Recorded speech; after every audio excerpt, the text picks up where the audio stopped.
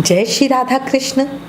गणपति के नाम से विघ्न बाधा टल जाते हैं, जो कोई प्यार से पुकारे ये उनके ही हो जाते हैं। जो कोई मन से गणेश जी को बुलाता है, रिद्धि सिद्धि संग में पाता है। बोलो गणेश जी महाराज की जय, वैशाख के ठाकुर की जय। अब आज आपको इस वीडियो में वैशाख के पावन महीने में गणेश जी की कहानी सुनाती हूँ। कहानी सुनते हुए हाथ में फूल, पैसे और चावल ले लेना। एक जयकारा बोलो गणेश जी महाराज की जय। एक नगर में एक राजा रहता था जिसकी दो रानियां थी। बड़ी रानी बड़ी घमंडी और कुटिल स्वभाव की थी। उसके दो पुत्र थे। इसकी दूसरी तरफ छोटी रानी बड़ी विनम्र और दयालु थी। वो गणेश जी महाराज की परम भक्त थी और हर दिन गणेश जी महाराज की पूजा आराधना बड़े प्रेम और भाव से करती। पर उसकी जिंदगी का एक सबसे बड़ा दुख था कि उसके कोई संतान नहीं थी।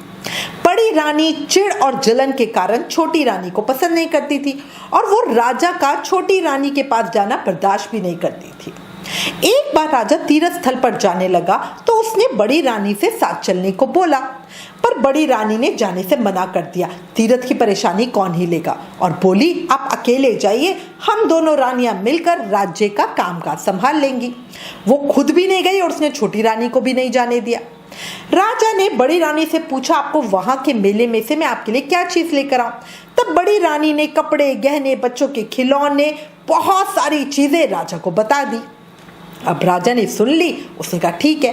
फिर यही बात उस राजा ने छोटी रानी से पूछी तो वो बोली कि मुझे तो कुछ भी नहीं चाहिए। अब राजा तीर्थ स्थल के लिए निकल गया। रास्ते में वो सोचने लगा कि छोटी रानी अपने लिए कभी कुछ नहीं मांगती, तो क्यों ना मैं उसके लिए वहां से गणेश भगवान की प्रतिमा लेकर आऊं।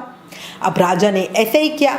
छोटी रानी के लिए एक सुंदर गणेश भगवान की प्रतिमा ले ली। घर आकर उसने बड़ी रानी को जो जो सामान उन्होंने गिनवाया था वो सब दे दिया और छोटी रानी को वो मूर्ति दे दी। छोटी रानी गणेश भगवान की मूर्ति पाकर बड़ी ही प्रसन्न हुई। उसने वो मूर्ति पूजा घर में स्थापित कर दी। मूर्ति के महल में स्थापित होते ही राजा को बहुत शुभ समाचार मिलने लगे। पड़ोसी देश से बहुत दिनों से चल रही लड़ाई में राजा की विजय हुई। राजा को समाचार मिला कि राज्य में पानी की समस्या अपने आप ही खत्म हो गई है। सारे जलाशय, कुएं, तालाब आदि सभी अपने आप ही साफ पानी से भर गए हैं और इस साल की फसल भी बहुत बढ़िया हुई। कुछ महीनों के बाद ही छोटी रानी को भी गर्भ ठहर गया। राजा तो बहुत ही खुश हुआ। बड़ी रानी को जब ये पता चला कि छोटी रानी गर्भवती है तो वो बेचैन हो गई।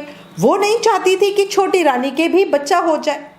बड़ी रानी सोचने लगी कि जब से ये गणेश भगवान की प्रतिमा यहाँ महल में स्थापित हुई है तब से इनके साथ सब अच्छा ही अच्छा हो रहा है।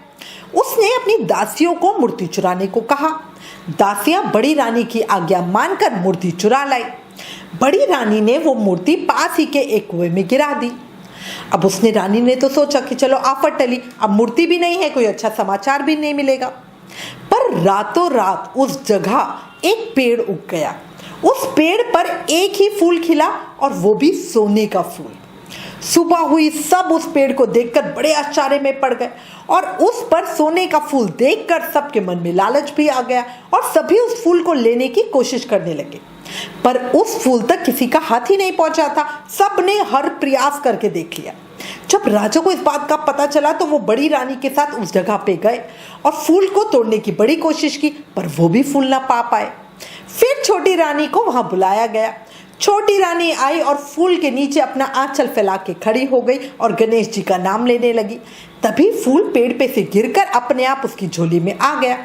झोली में फूल गिरते ही वो गणेश भगवान की प्रतिमा में बदल गया।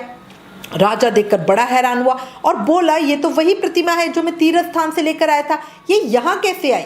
छोटी रानी बोली, मैं कुछ नहीं जानती, मैं तो कल से इस प्रतिमा को ढूंढ रही हूँ। तभी प्रतिमा से आवाज आई कि जिसने भी ये काम किया है वो खुद ही सारी बात बता दे। पर बड़ी रानी शर्म और डर के कारण कुछ भी नहीं बोली।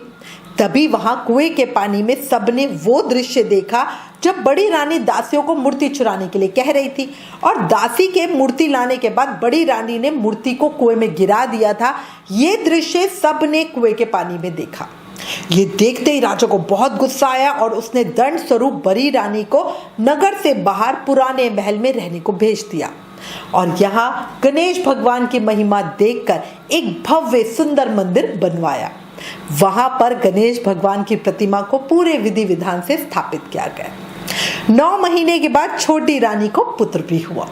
राजा ने घर घर में गणेश भगवान की पूजा का आदेश दिया।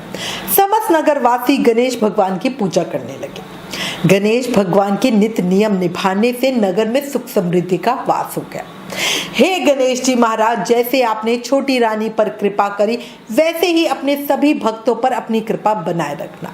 कहानी अधूरी हो तो पूरी करना, पूरी हो तो हम सबका मान रखना। इस कहानी को कहते सुनते हुकारा भरते सबके दुख दरिद्रता दूर करना। बोला गणेश जी महाराज की जय। वैशाख के ठाकुर की जय।